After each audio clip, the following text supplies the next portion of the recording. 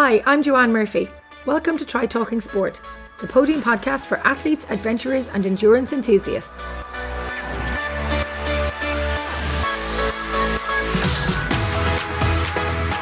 Welcome to episode 11 of Try Talking Sport. In this episode, I'm joined by professional triathlete Laura Siddall, who was knee-deep in her IRONMAN Wales preparation when we caught up for a chat on the Thursday of race weekend in Tenby last month. Laura has an impressive sporting CV, which includes multiple podiums at an age group level on the world stage, before she decided to make the move into professional ranks while she was living in Australia. She is a 3-time Ironman Australia champion after taking the title once again in May of this year. She was looking forward to another busy and successful season of racing before disaster struck when she came off her bike, fracturing her collarbone. She has spent the summer recovering from the injury and getting back into training and racing. Her first race post-injury was Ironman 70.3 Dunleary in August, where she finished in 5th position. She took on and tamed the dragon in Tenby after our interview, finishing in 3rd place in Wales, and hopes to be back to tame the dragon again in the near future. Well, Laura Siddall, you're very welcome to the show. It is Thursday, race weekend just before Wales. You are ready to tame and face the dragon in Tenby. I'm ready to fight some... I want to find some dragons, yeah, I'm ready. I was thinking today, it was funny, I was driving back from the pool and I was like, I wonder what kind of dragon it's going to be in Wales. And I was like going all Harry Potter-esque going. So yeah, that might be coming up after the race. You know, you passed by the freshwater area, which was featured in Harry Potter movie, apparently. No. Dobby. I did not know this. The character. Apparently something happens on the bike course? Yes, you pass it by Oh freshwater. my God, that is so exciting. Freshwater West Beach. You pass it on the bike before you head out to Angle. Oh, that's pretty cool. I'm not sure whether I'll be conscious of it during the race, but yeah, no, that's really cool. But let's bring it back down to real life and to today, because... not dragons and no, fantasy. not dragons and fantasy. Well, that'll be on Sunday, but not today. So Laura, thank you so much for joining me here today. It's late in the evening here on the Thursday before Ironman Wales, and you are knee-deep in preparation for Ironman Wales. Before we talk about your race preparation, let's have a little back information on your history. Yep. As an athlete. So you were an excellent age grouper. Yeah, I mean, I started triathlon pretty late. I was 29, I think, and started as a complete beginner. I'd played sport growing up as a kid, but sort of netball and athletics, so track running, but didn't start triathlon or didn't really become aware of triathlon until I moved to Australia with my corporate job at the time. And Australians love triathlon, and it was sort of friends from work that suggested I should give it a go. They knew I was sporty, and I'd done some running over there, but sort of wasn't really finding a group that I gelled with. And there was a charity bike ride with work, and so friends were doing it, and they said, I should come along and join. So I think I bought a bike the week before, and it was not knowing much about cycling or anything, a hybrid road bike, so flat bar on the top. I just had sort of flat pedals. And jumped in on that, and it was a 90k bike ride down the coast in Australia, and then we got the train back, and I just really loved it. I just enjoyed it. I definitely didn't win it, and that wasn't the result. It was just a charity fondo kind of thing. And after that, yeah, friends from work suggested I should give triathlon a go, and so went on good old Google and found a local group in Sydney, which was where I was living at the time. Signed up for a beginner's course, and yeah, did a 6-week sort of beginner's course, and that ended with a little local tri race. Again, I did it, I think I had the fastest T2 transition because I still had my trainers on the bike, and I was still riding this hybrid bike during the race. And yeah, and I guess, as they say, that's kind of history, and it just grew from there. And were you a swimmer to start with, coming into the sport? Because generally at that age group, you're not a swimmer. No, I think I was the generation probably before. And funnily enough, I had a funny experience at the leisure centre here in Tenby where I forgot how awesome swimming in the UK is, with the crazy archaic rules and regulations of... You're only allowed an hour a day, and because the rest of the time it's unlaned or it's kids, which is fine. Nothing against schools being in, and you're not allowed to use any equipment because if you've got a snorkel on or you've got paddles on, then God forbid, I'm not sure what's going to happen. But anyway, but you got your swim done. I did get my swim done. So no, I wasn't a swimmer. I mean, I was lucky. My parents taught us or threw us into swimming lessons when we were growing up as kids, and as we could walk, we had lessons and could swim. And I guess I did swim at school, and we didn't have a pool at school. I swam in competitions for the school team because I was one of the sporty kids. So you get chucked into every team imaginable. I got our school team disqualified twice in the relay for an illegal butterfly stroke because, again, I was sporty, I could swim, and so I always got pushed to doing butterfly. No, I'd never been coached, never did squad swimming, never done anything like that.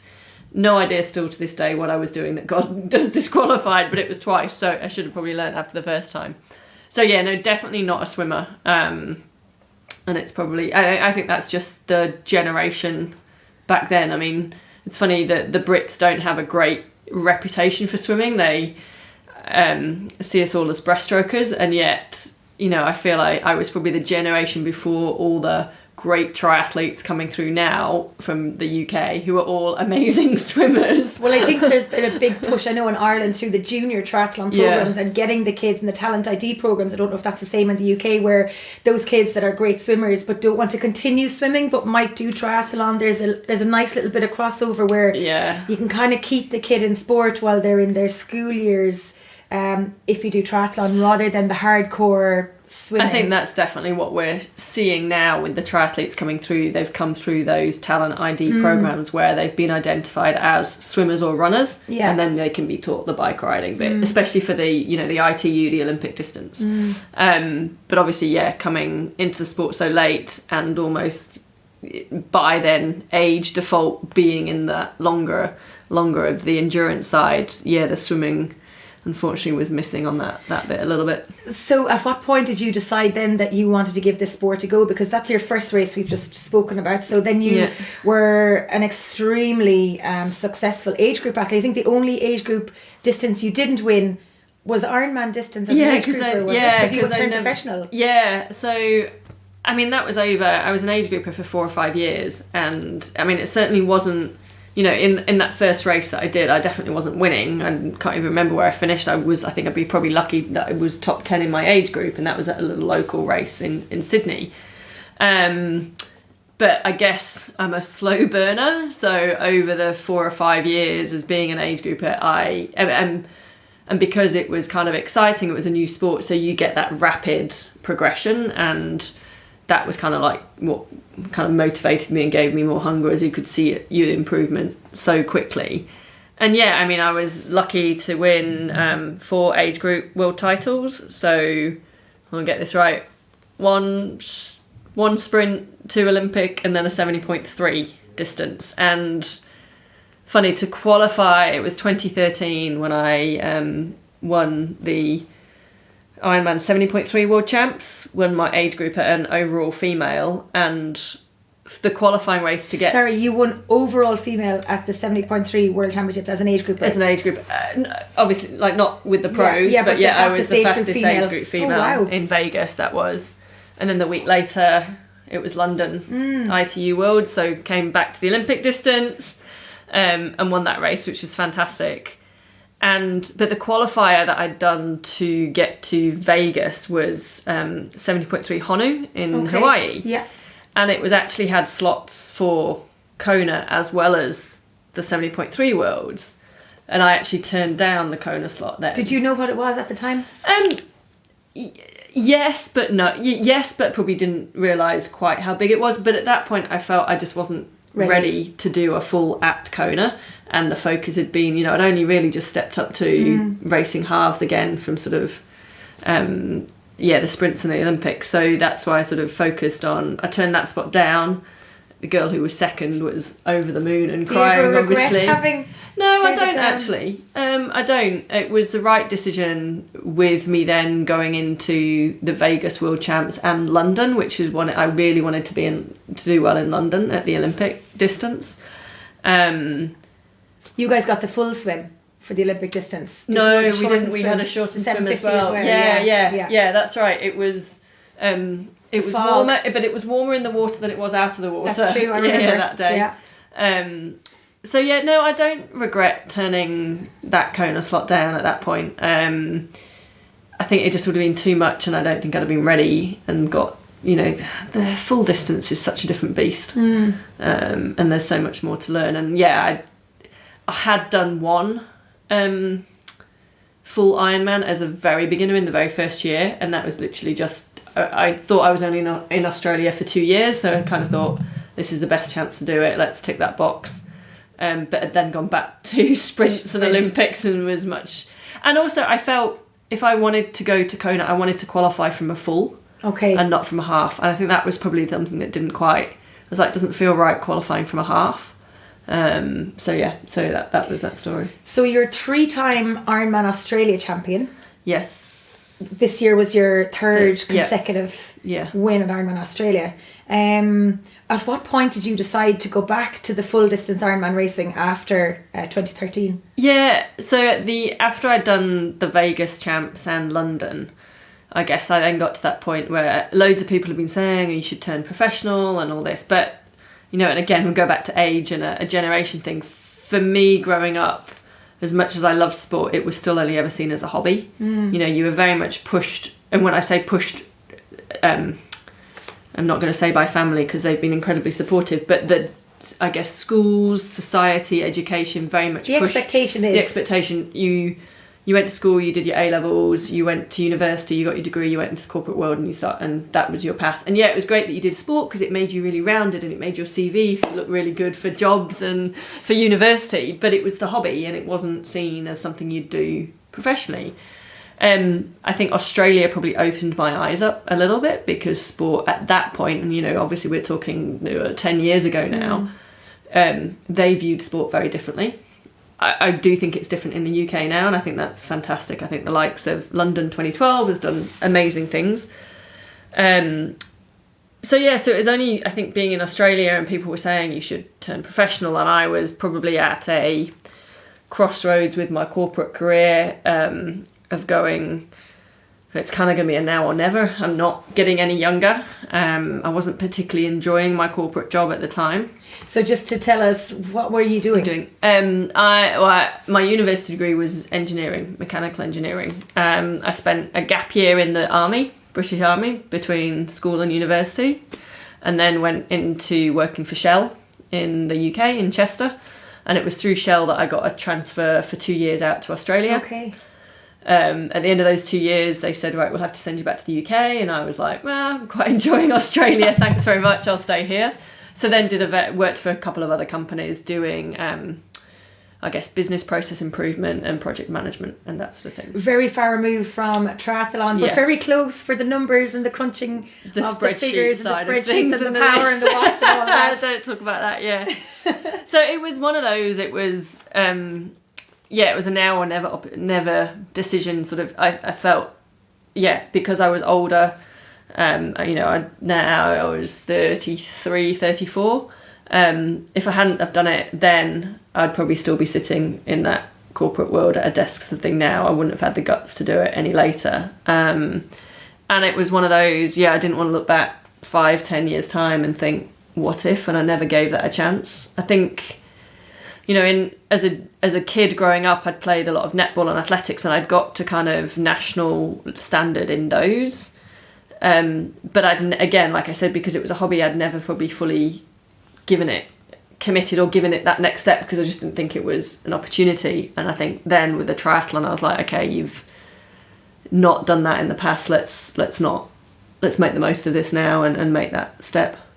Yeah, because from listening to you, it sounds like you were an untapped talent as a kid. Like you're the sporty kid, but maybe somebody didn't see it at the time that you had an opportunity. That it's in your genes probably that you are an exceptional athlete. And I think I don't have very few, if any, regrets in life. I do wish I'd found the sport of triathlon sooner, just because it's such an amazing life and there's so many races that I still want to do and I'm rapidly running out of time just because from an age perspective. And I do kind of feel if I'd been open to that sport a few years earlier, it would have been great. And then the other probably, and again, it's not really a regret, but again, from an age perspective, I was probably just ahead of all the talent ID programs that came into the UK for any sport.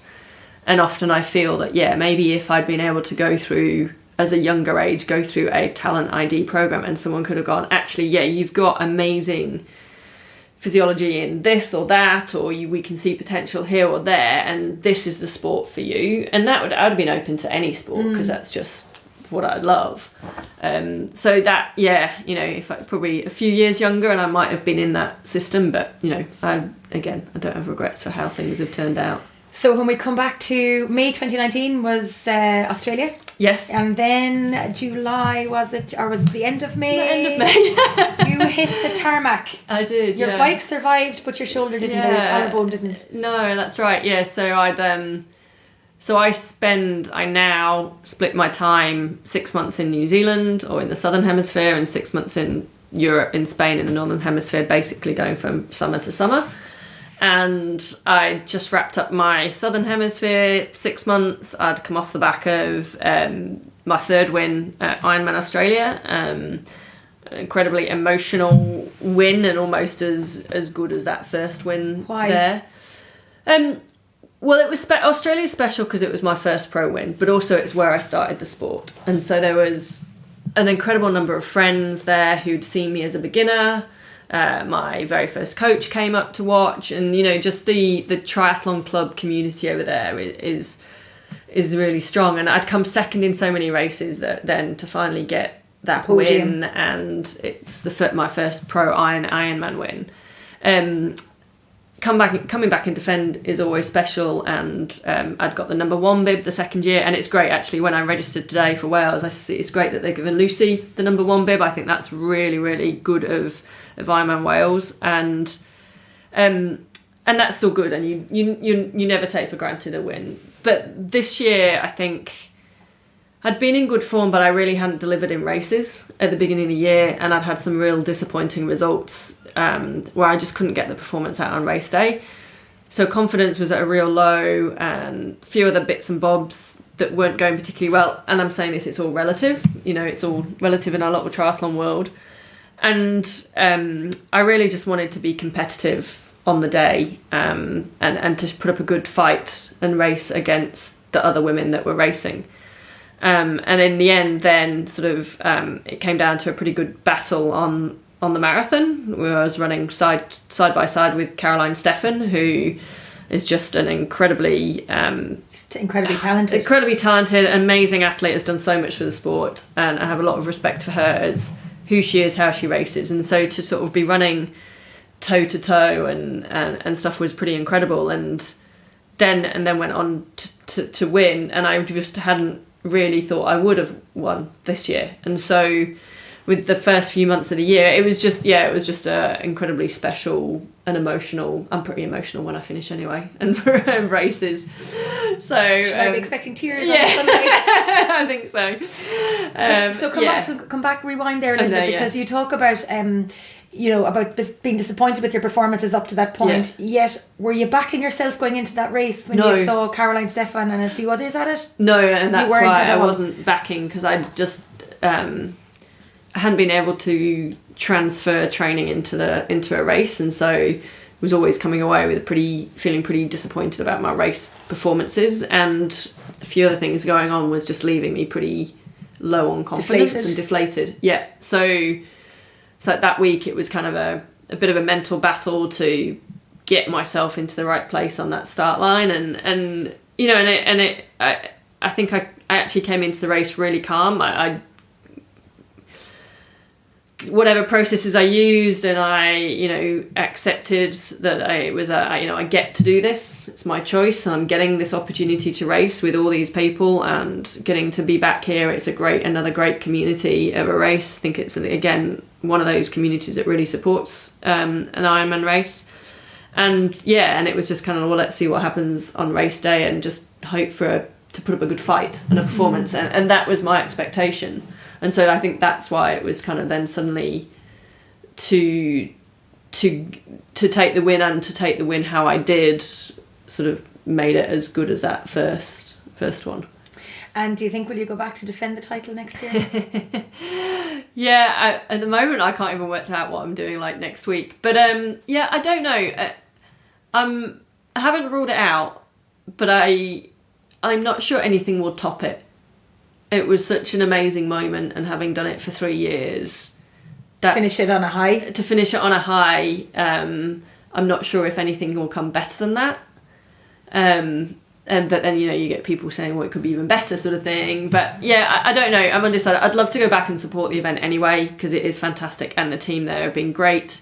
Whether I'm racing, I go through mixed of going, no, it was great. I think finish it on the high and have those great memories. And then 2, it'd be like, but if you get your mindset right of just going back and enjoying it again and just seeing what happens, being grateful and being grateful again for the there. opportunity, then, you know, maybe. And again, like I said, so many friends are up there, and it's a good community. So we kind of wandered a little bit there. So we'll bring it back to the injury yeah. because, you know, I'm just trying to get as us you to can find, I like weave off on different paths. Cause so you were injured, collarbone.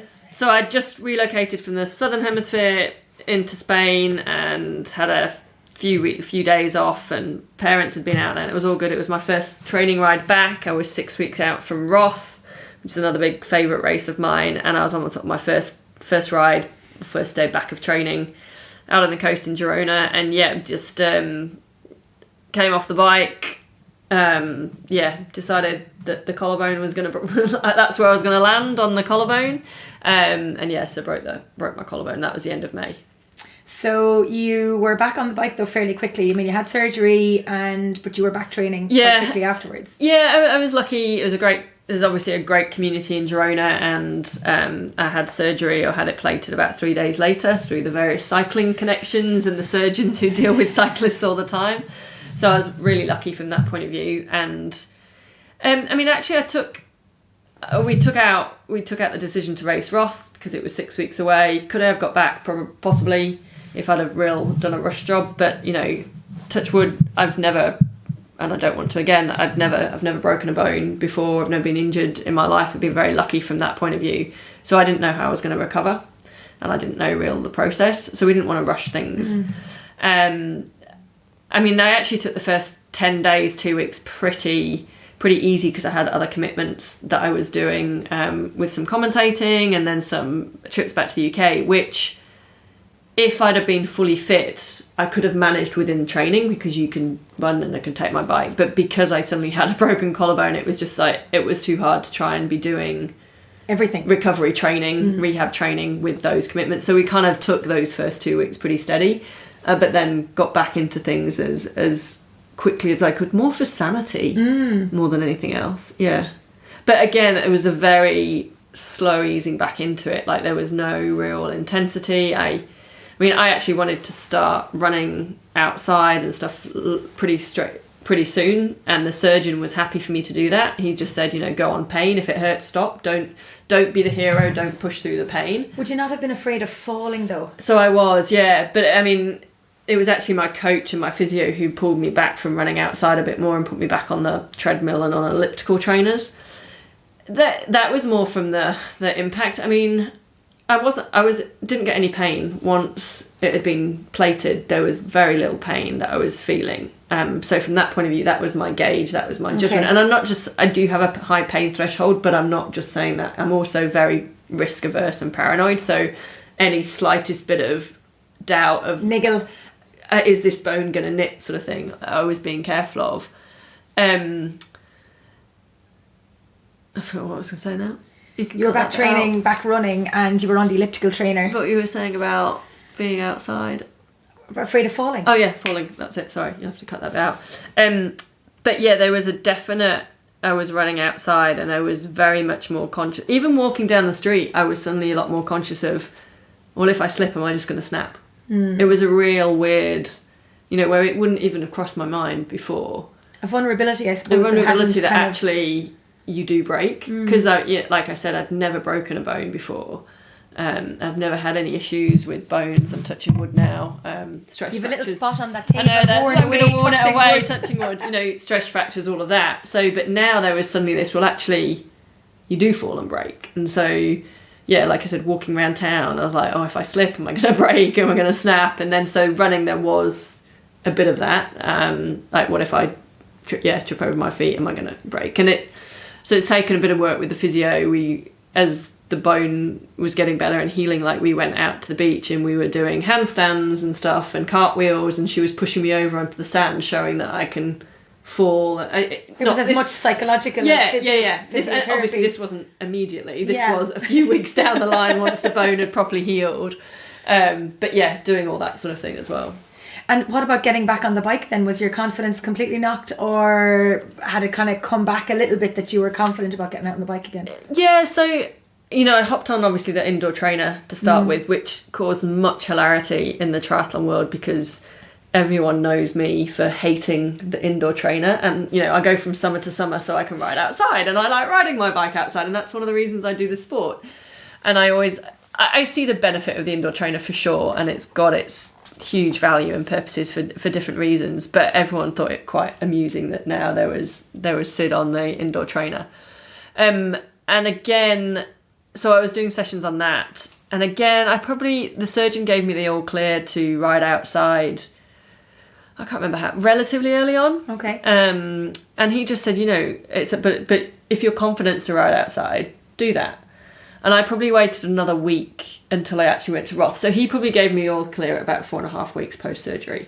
And I waited another week because I was in Girona before I went to Roth, where I know the roads in Girona, but I knew the roads in Roth. Mm-hmm. There was very little traffic to get through a town or anything, and I knew the roads were smooth. And so I waited till then to then ride outside. Yeah, it was great. I loved it.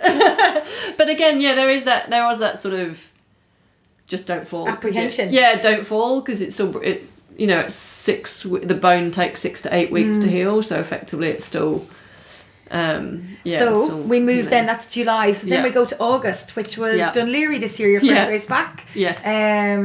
Blowing out the cobwebs. Definitely. And finishing in 5th position. Yes. Yeah. You were happy? So the objectives before the race were, to blow out the cobwebs, see where we're at. And so if I take those two as the objectives, then we tick the boxes, and so you kind of got to be happy. Was I happy with the race and the performance? Not personally. I guess it just highlighted how long it will take me to come back. And, you know, I think, like I said, I'm a bit of a slow burner, so I don't have, and this isn't meant to come out the wrong way, but I don't have bags of natural talent and ability. I'm sporty in a big general thing, but I'm not maybe some, as you'll see, some of the athletes who can spring back or just got, you know, you can see them, they've got oodles of talent, but it takes me those years to build up and plug away and train and that sort of thing. So, but you've got to have form already built up. I mean, you're a 3-time Ironman champion. There is you can't say you don't have natural talent. I mean, you do, and you have you have the memory in the body. So that's what I'm racing. hoping. But I'm hoping it will remember a little bit quicker than it has done to Ireland. Yeah, Ireland was a bit of a shock. But Ireland isn't an easy course. No, it isn't, and that was another reason. I mean, it's a course that I loved. It was a brilliant race, and a brilliant community again. It was just a little bit of a okay. I guess it was one of those. We know where we're at. It's not where I want to be, but that shows, you know, that's that motivation to keep going back and keep training, and you know that you're going to make those improvements and get it out. So has your bit, so obviously Ironman Dunleary, 71.3 Dunleary was a warm up almost for Wales. Yeah. So has your planned training for Wales changed because of your performance in Dunleary? Did it highlight weaknesses for you that you needed to work on coming into Wales for yourself? Yes and no. I mean, yes, it's definitely highlighted things, but have we changed training? No, not hugely. We've kind of kept on the track, and I think it was just that it'll just take me a bit longer to get back up to those speeds and powers again, or again to have that confidence again that it's there. But I guess it's, you know, with any race and with any start line you line up to, it's an opportunity to learn and to take that experience, and then you sort of put that in the back of your mind and pull it out when you need to, and so Dunleary was another opportunity for that leading into Did you Wales. Put yourself under too much pressure to perform better or well in Dunleary? coming back from injury? Were your expectations that you put on yourself that led to being a little bit deflated maybe after? I don't think my expectations were, but you still have those hopes that you would be a little bit more further on and competitive and that sort of thing. So yeah, I think that's probably the... And then... And also I am like my own... I like probably most athletes and professionals or whatever, we're super critical and stuff like that, and we tear ourselves to bits afterwards. And in general, do you train on your own or do you train with anybody?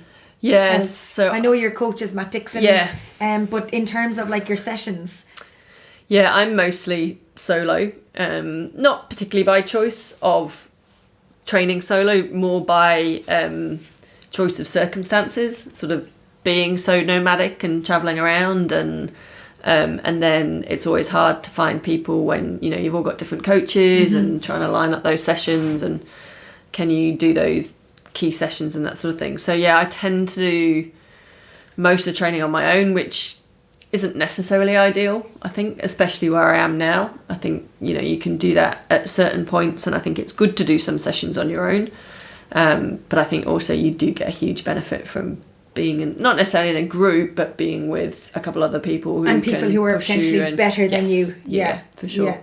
So where does Laura Siddall's support network come from? Because she's in the Southern Hemisphere for 6 months. She's in Spain. The family are in England because you were born in the UK. Yeah, that's right. Even though there's a little twang of an accent comes out every so often. Yeah, my family, they're coming out this weekend. They'll be very amused at taking the piss out of my accent, as they normally do. Will they be able to hear you over the cowbells that are sitting behind us? I know, that's it. They're going to love me for that. I just went out and bought 4 cowbells for my nieces and nephew for race day, so they'll love it. I've not lived in the UK for 11 years, so a cross between Australia, New Zealand and America, I guess. The accent's been changed a little bit.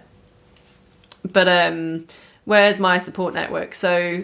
I mean, it's great. I am nomadic. I get people know me for that. But what this sport has also given me is a huge number of friends throughout the world in different places all over. And, through social media, as much as we hate it at the same time, we love it. It's great to keep in contact with those people. And you always know, it's that 6 degrees. Well, in triathlon, it feels like 2 degrees of separation. There's always someone who knows someone in some small place that's going to help you out.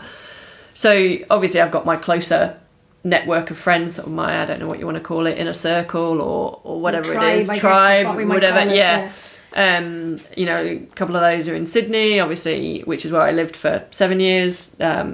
Good few of them in New Zealand, and then now sort of creating that network in Spain. So, and obviously those few that float in from other places around the world. So that's kind of my network is those friends, because they're the constant ones, and obviously family, as much as they're in the UK, but they're huge support, and it's one of the reasons I now like spending half the year in Europe, is that I get to reconnect.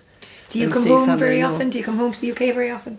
Well, now being in Europe, it's a lot easier. It's just from Girona, it's a real quick flight. Cheap Ryanair flight. Yeah, into Birmingham. Whereas obviously when I was in Australia full time, and then when I'm in New Zealand, it's obviously a little bit more tricky. But I think being in Europe's helped to reconnect with, or have more time with the family. And so I try and make the effort. Like, I'll come home. Hopefully I'll be home for Christmas this year, and then next year I'll be, and alternate that sort of thing, just to, because I've got nieces and nephews and they're all growing up so quickly, and you kind of don't want to miss out on that. Are any of those sporty? Two of them are a bit too, what have we got? Oh gosh, I'm going to get crucified now. 10, 8, 4 and 2.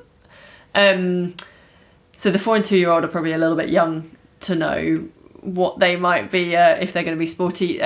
Maisie and Jack, though, I think they do, as kids do, they do their soccer, they do tennis, they do swimming. I think Maisie does dance and gymnastics. Jack likes his iPad and that sort of thing. They've got my sister was very sporty when she was younger, before she had sort of kids and family, so I'm sure that, and their dad as well plays tennis, so at a social level. So very sporty altogether. Yeah. Let's move forward to Sunday. Now obviously this episode has been recorded in Wales in September, and this episode it won't be live until October. Do you know what you're in for in Wales? This this is one of the most iconic Ironman races in the world. Do you know, it came onto my horizon last year when I was watching it, and I just got really excited about watching it, and because I haven't really raced in the UK at that point, I decided that it would be a big goal for this year to come back and race in the UK. And I chose this race because of the hype that I saw. And then through various things that have happened over the year, and obviously then with the collarbone, it kind of got pushed to the side. And yes, I was doing it, but I hadn't really thought about it. But, you know, good old Nikki Bartlett's been sort of effervescing about it, saying it's amazing, it's amazing. And I actually messaged her earlier today going, you know, because I say the same about Roth, how amazing it is. But then you always worry that someone won't have that same experience because you think you're sort of so biased and caught up in how amazing it is. And I messaged Nikki today saying along those lines, you know, when you say to someone how great a race is, but you're never sure whether they'll have that same experience.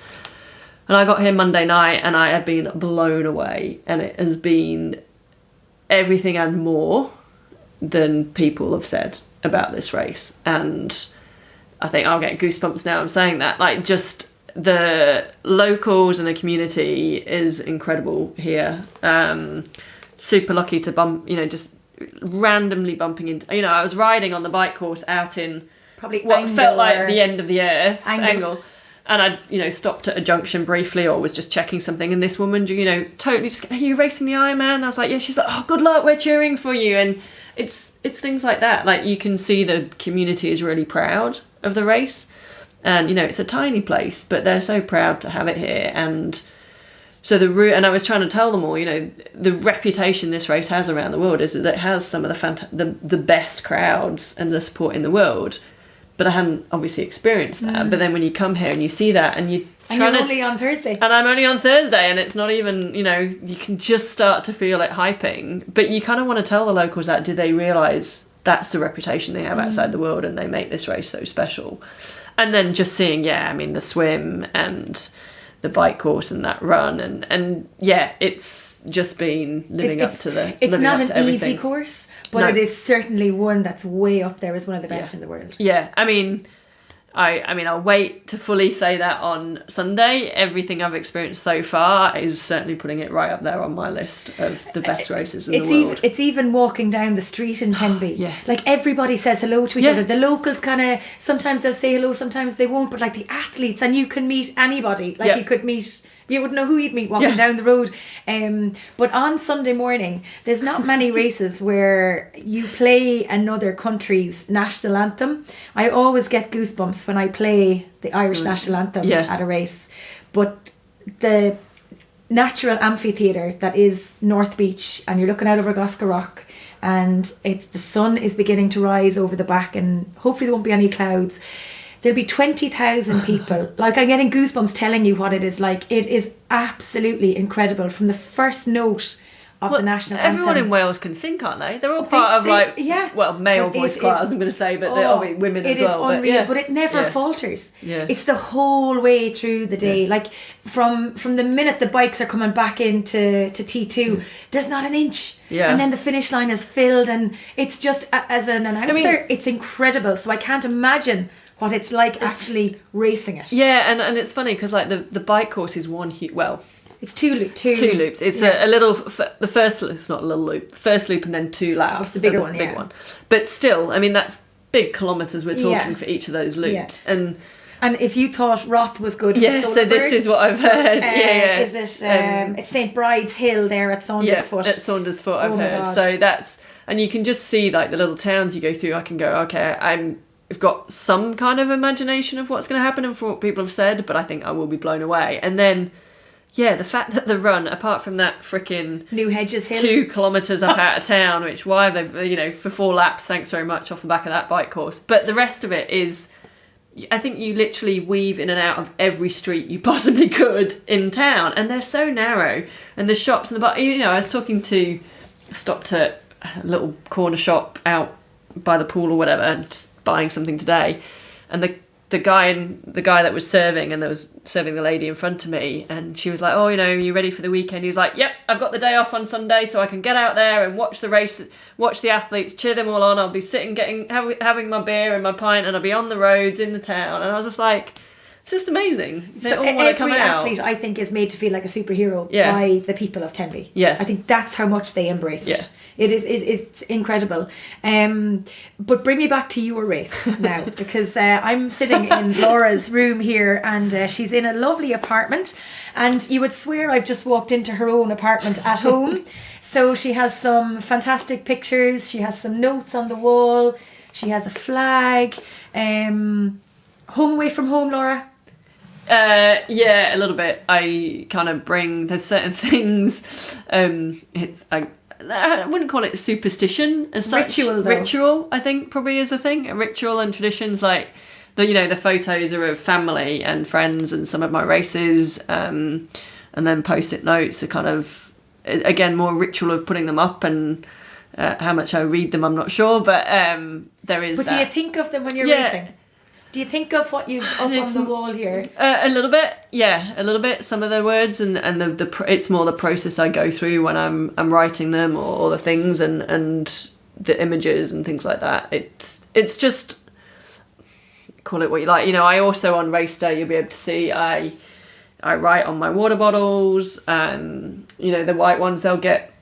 Obviously, the listeners can't see it. They'll have words written all over them. The aero bottle does. I have stuff on my wrists, and whether I read it or not on race day, it depends and it varies, but it's the process of the days leading into the race that I go through. And it must be still in your subconscious that you've written this stuff, so when you're actually writing it, it's probably more powerful than when you're thinking about, the actual words on the day, if you even see them. Yeah.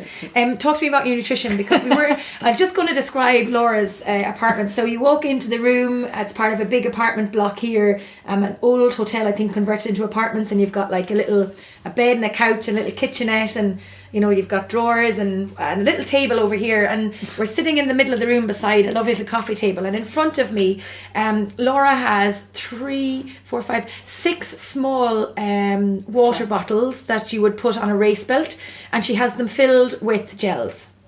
4 gels in each. So if I was any good at maths, I'd be able to tell you 4 by 6, 24 gels? Yeah, I think so. For the run course alone? No, 4 for the bike, 2 for the run. And where do you put those on the bike? 2 of the flasks go in my back pockets, and 2 go in a bento box on the bike. Okay, so talk me through the rest of your nutrition, though, because you hardly just have all gels. All gels. You don't. So what do you eat in the morning before the race? Would you have porridge? Yeah. So in the morning for breakfast, I'll have overnight oats, some fruit, banana, honey, some nuts, and probably a boiled egg on that. I'll have. And so the race starts at 6:55 on. Yep. On so Sunday morning. I haven't done my timings. You haven't done your maths. list You're an yet. engineer. Yeah, I have my. Spreadsheet. Again, this is the same as writing notes. I have my timings for race day, from like getting up, going for a run, shower, hair, plaiting my hair. Sorry, did you just say go for a run? Yeah. So as soon as I get up in the morning, I go for a 5-10 minute run. So that's probably at 2 o'clock in the morning. Probably something like that, yeah. I'm normally about 3 to 4 hours before the race starts that I'm getting up. And then I'll come back, shower, plait my hair, breakfast, stretch, do all that sort of stuff. But I have all that list. I haven't quite with that. So yeah, I'm having oats, fruit, banana, boiled egg and stuff, yogurt, milk, whatever for breakfast, and a coffee. And then I will, I'll take a bar, like a protein bar or something, or an energy bar or whatever, down to maybe nibble on over the next hour. It depends how my stomach's feeling as to how much I eat or what I eat. And then I'll have a gel 15 minutes before the start of the race. And then I'm on gels for the rest of the day. Okay, so I did it in Australia and I did for this race. And I'm thinking about, I will try and probably do it as I run up from the beach to that, on that nice 1.6 1 kilometre. It's not 1.6 now, that's a mile. It's okay, a 1 kilometre. 1 kilometre run to transition. I'll probably have a protein bar or a protein ball or something I can. So that'll be a solid. Just don't forget to bring your pink bag from the zigzags. It's there. Oh yeah, that's right. I've got to carry it up. That's true. And then I'll carry another little protein bite. I'm actually going to try some beef jerkin or biltong kind of thing, because that's high in protein and it might be a bit different taste to. Is that something new on race day, Laura? Potentially, so I'm not sure whether I'll try that or not. Yeah, I'm not sure. With the protein ball. But but other than that, I'm normally on gels all day. So on the bike, I take a gel every 20 minutes. And then on the run, sure, it depends again a bit how you feel. It's more not necessarily every 20 minutes. It's more like a smaller sip every 10 minutes. And will you take the race nutrition that's out on the course, the Enervit that's there? You won't take any of the no, the I probably drinks shouldn't and say the that food for the unless I lose stuff. Yeah. I mean, I do have quite a lot of, again, touch wood, that nice bit of wooden. I've got quite a lot of backups of gels and stuff in different places. I will take water from the course. Okay. And top up with my electrolyte tablets. And do you get hungry on the course? Not at all. No, because I'm 20 minutes having gels and stuff like that. I mean, that's generally what I do. Yeah. Okay. Interesting. And what's your pre-race feeling like? So today is Thursday, so Friday, Saturday. Yeah, so nothing overly different to what I do on a day-to-day basis. So, are you strict with your diet? I don't know. Are all triathletes anal and stuff like that? I eat anything and everything. I don't have anything that I don't eat. But I'll, like, so this morning I had 2 boiled eggs before I went for a run. Came back with some toast and almond butter. And then went for a swim and then came back a bit later, and lunch was, again, sort of an omelette, tuna, avocado, that kind of thing. And I'll have like a big salad tonight. I don't see any chocolate or processed food or anything in that, but hang on, you'll have... So you won't sleep for 4 days after the race with all those pre-race, so okay. Saturday night. Okay. And I'm just going to get up to show this. Now, I thought she was putting on the kettle to make the tea, but she's gone up to get... dairy milk. Buttons. These are... giant buttons. That's what I love. 119 gram bags, so it's probably like 4 bags. So I love dairy milk chocolate buttons, and I always stock up at them on the airport when I Can I tell you how much sugar is in that bag? Okay, no problem. I'm not saying I'll necessarily have that, but the night on Saturday night I'll have some chocolate because that's just again another ritual that I do. Yeah. So there is chocolate around the place. And actually, if you hadn't seen, which you won't see, when you went down to the expo today, there was a lovely lady selling flapjacks. Yes. I spotted her. So I bought, I was gonna buy 2, and this was all like, this is for after the race. And she's like, but it's 3 for £10. I was like, well, I might as well get 3. So they're in the fridge. And then I also got carried away, because this is what I like about local communities. I also got carried away because I saw the fudge shop. So I bought some fudge again. So that's for after the race, and that's hidden away. So you probably won't sleep for like 5 days after the race with all the sugar. So it's really funny because people warn like first timers and stuff that you don't sleep before the night before the race, but don't worry, there's nothing you can do about it. Stay calm, just try and still shut your eyes and don't panic. It's just going to happen. What everyone forgets to tell you is you don't actually sleep the night of the race after the race either, because you've got so much sugar and caffeine in you, and your body's just going, what the hell did you just do? But yeah, the amount of sugar I have, and then I guess there's caffeine in there as well, those gels. Yeah, I tend to not sleep for about 3 days. But also, like, the night after the race, I always go back to the finish line regardless. And so you're always there for those last couple of hours watching the heroes come in, because they're the ones that are the legends. They've been out there for the 17 hours. So, and you just have, and I think it's going to be a no-brainer at this race, seeing what the atmosphere is like in the days leading up to it. If I'm not there for the last couple of hours, I'll kick myself. Well, I'll be wondering where you are. Exactly, that's right. Unless I'm in medical, let's hope not. But hopefully I'll be out. Touch that table again. But yeah, I mean, so by the time you sort of, the finish line wraps up anyway, you come back and then you're buzzing anyway. And then I normally get up and do something stupid, like go for a ride the next day. So you normally get about 2 hours sleep on the night after the race. Do you get nervous? Hell yeah, still, yeah. But that the right answer is nerves are a good thing, and it shows your body is getting ready to race and you're getting prepared for battle. And that's the mindset you should have. But yeah, of course you still get nervous, because it means something to you, because it's it's a goal, whether you're professional or amateur. It's what you've been training for.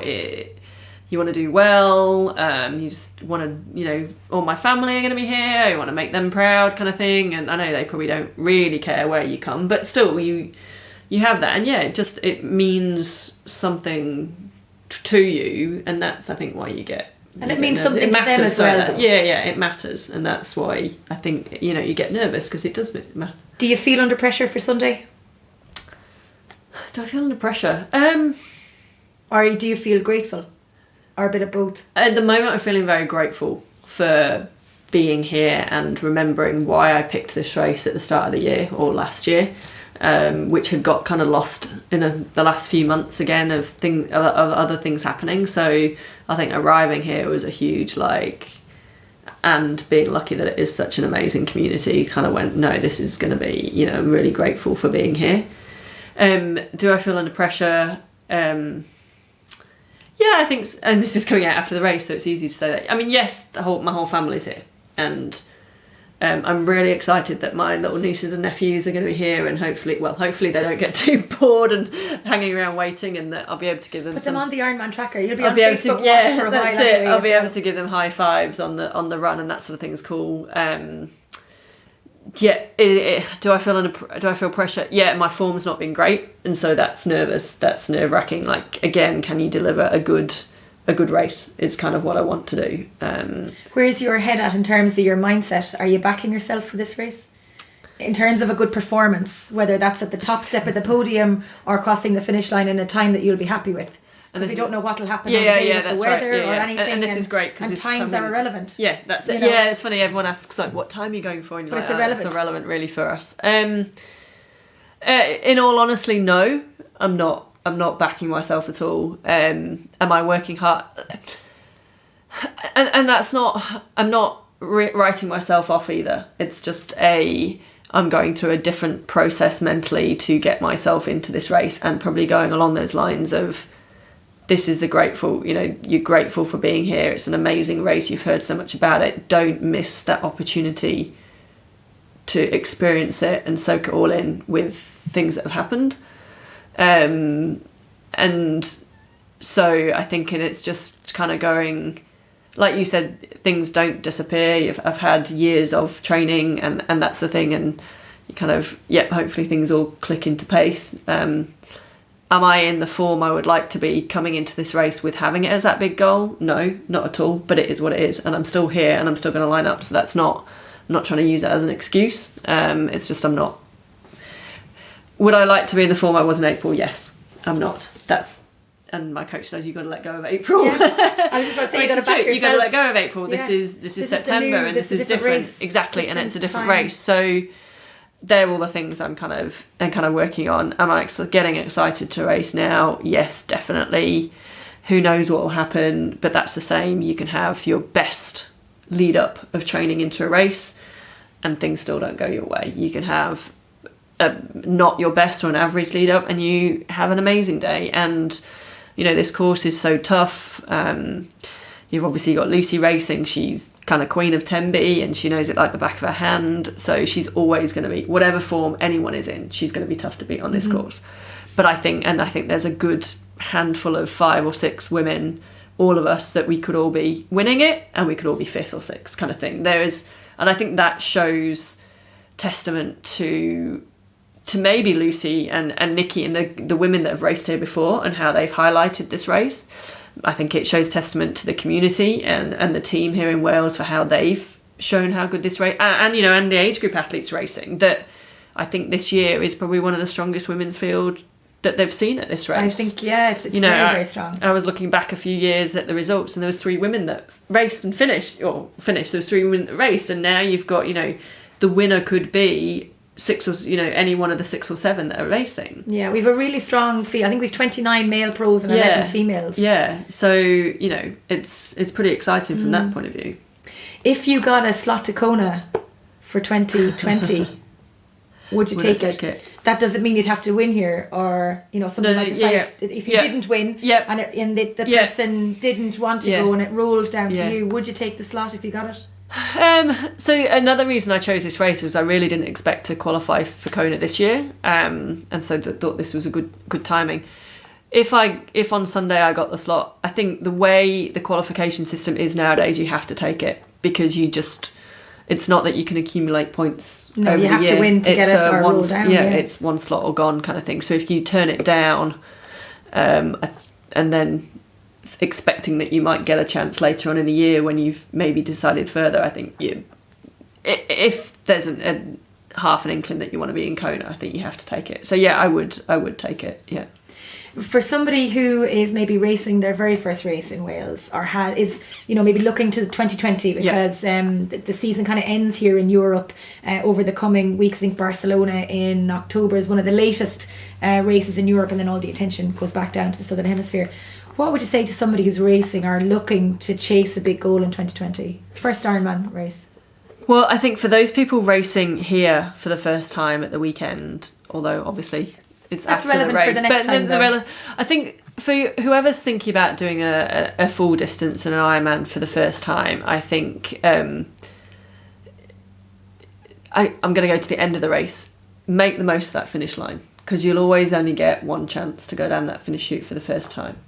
But I think over the whole day, it's more about an enjoyment and smiling and looking up where you are and looking up at what made you sign up in the first place, and remembering your tribe, your team, and everyone you're doing it for, and just having a real enjoyment of a day. And so when you're standing on the start line looking out at the beach or the ocean or the lake, wherever it is you might be doing your race, and just that deep breath and smiling inside and out and going, yeah, I get to do this with 2,000 other people, and we've all chosen to do this.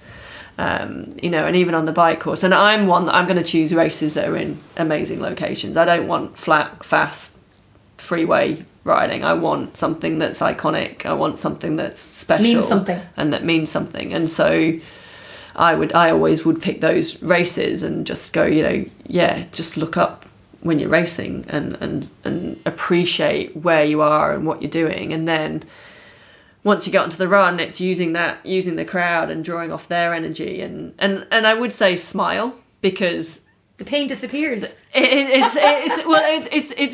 is weird. Like, you will go through dark patches, you go through up and down. It's a long day. You're gonna go through every emotion, but actually, when you are in a dark patch, whilst believing it does come to an end, even though it might not feel it at the time, if you smile, it actually does. The endorphins naturally improve your energy and your feeling. So by forcing yourself to smile when you're in those dark places, and I know that, and this is going to come back to hurt me on the run now on the weekend, because Joanne's going to be, you should be smiling, and I'm going to be like, fuck you'll off. You'll be running down Picton Terrace or whatever it is at the top of the finish line. I'll be like, Laura, you're smiling. I'll be like, showing the two fingers. But I think it's that just coming in to have that enjoyment and experience and stuff like that. So what's next for Laura after triathlon? Oh, after triathlon. Wow. You've been doing a little bit of commentating and commentary and enjoyed it. I do enjoy that. I would love to still be involved in the sport in whatever way that is. I think the power of sport is so incredible, whether that's health issues, whether that's disabilities, even just through age groupers, professionals. I think the benefits and the community and the gains that you get from sport in helping people is so amazing, and I love that aspect of it. And again, whether that's getting kids into sport or whether getting adults to do their first 5k walk or run, it doesn't even need to be 5k, it's getting people to be out and about. So from that perspective, I'd love to still be involved in some way. I enjoy the event side and the commentating and things like that, and done some of that for the sort of the live coverage on some events. And I also would love to be, from my own experiences as an athlete, I'd love to be on the other side with brands or companies that are managing athletes and helping them, and set it up properly and professionally to give the athletes the real support of what they need in the sport. And I'm not I'm going to jump in and say, I'm not saying that the companies I've worked with don't do that. I have some great companies I work with, and I'm very grateful for that. But there's other aspects and elements of the sport that I think we do miss. Well, I suppose there's a lot of professional athletes that come into the sport having been good athletes, but they don't have a clue how to go about getting a sponsor or a partner, or how do they even word it to ask somebody to become a partner to them. So there is a whole and also what they can give back to the brand and the sponsor, because a lot of people do think that, and again, sweeping statement, but turn pro and suddenly all these sponsors are going to be falling at your feet and offering you money and well, look at products our and winner stuff, of the and it Ironman just 70.3 last doesn't weekend. He didn't even have a bike sponsor. Yeah, the world champs. You yeah, know, the exactly. guy who won the Yeah. 70.3 World Championships Yeah. rode a road bike and did Yeah. not have a bike sponsor. Yeah. So yeah. you know. I'm going to finish up in a minute because I see now that we're getting nearly to the hour, so people will be finishing up with their run or their commute somewhere today. I'm going to ask you, who has been the biggest influence in your life? Ooh, wow. Where do you start? Loads of people. I mean, I think I will say my whole family, but I think probably my sister Naomi, she played netball to a high level when she was younger, and I think probably if I hadn't seen her doing netball to an elite standard or sport to elite standard, I think it probably would have... And I also followed, she did athletics, and I kind of followed along and tagged along with her to the track and stuff when I was younger. So I think from a sporting perspective, if we just capture that, probably she had a big influence at the start when I was younger. And who is the biggest influence now in your... sport? Who's the person who you couldn't do this without? Or the people? The people. Is it your family? Yeah, family and friends who, and wherever they are in the world, I think that family are obviously, I think we've all got closer as we've got older, and you kind of learn to appreciate them more. But they're great that they will, and that was a reason for coming and doing a race in the UK, so that they, even though it's not the easiest to get to for them, but it's still a long drive. But when was the last time they saw you race? They've all of them together. So all of them together as a family. 2013 London. That's 6 years ago. Yeah. So they've been. So mum and dad have been to Roth. They've been to Kona. My sisters all came to Rome a couple of years ago, which was fantastic. That was like a real cool sister weekend. Anna, my older sister, was in Madrid last year, and so they've kind of been, but. When were they all last together was London ITU age group world champs in 2013. So I am expecting there to be big banners on the finish line from your family. I think, but I don't know. There will be T-shirts. They'll have T-shirts. Okay. So I can imagine they'll have T-shirts. I think they'll obviously, the little kids will have the cowbells. Yeah, because I mean the two youngest ones haven't seen me. They've seen me on the telly, so to speak, on Facebook or whatever, but not race in person. So yeah. Are you excited for Sunday? Yeah, I am getting there now. Yeah, I can feel it. Yeah. I can feel how the energy has changed since I came in. You're lit up, and you're really. You look like you're ready to fight. Yeah, I think that's the word. Yeah. I think that's it. Well, Laura, thank you so much for joining me on this episode of the podcast. It's been a privilege and a pleasure to be in your company, and I think we could have kept on talking for another hour. I go on at least. Not at all. It's been absolutely fantastic, and best of luck on Sunday. Thank you. I'm looking forward to calling you down the finish line in Wales. It is one of the best finish lines in the world. So take some of your own advice and smile and enjoy that finish line on Sunday. And for all of the listeners, as always, thank you so much for listening into the show. If you get a chance, you might give us an old review on Apple Podcasts, Try Talking Sport, Apple Podcasts, or on the Facebook page. And if you want to send us any feedback on the interview, you can send it via www.trytalkingsport.com. Until the next time, thanks for listening.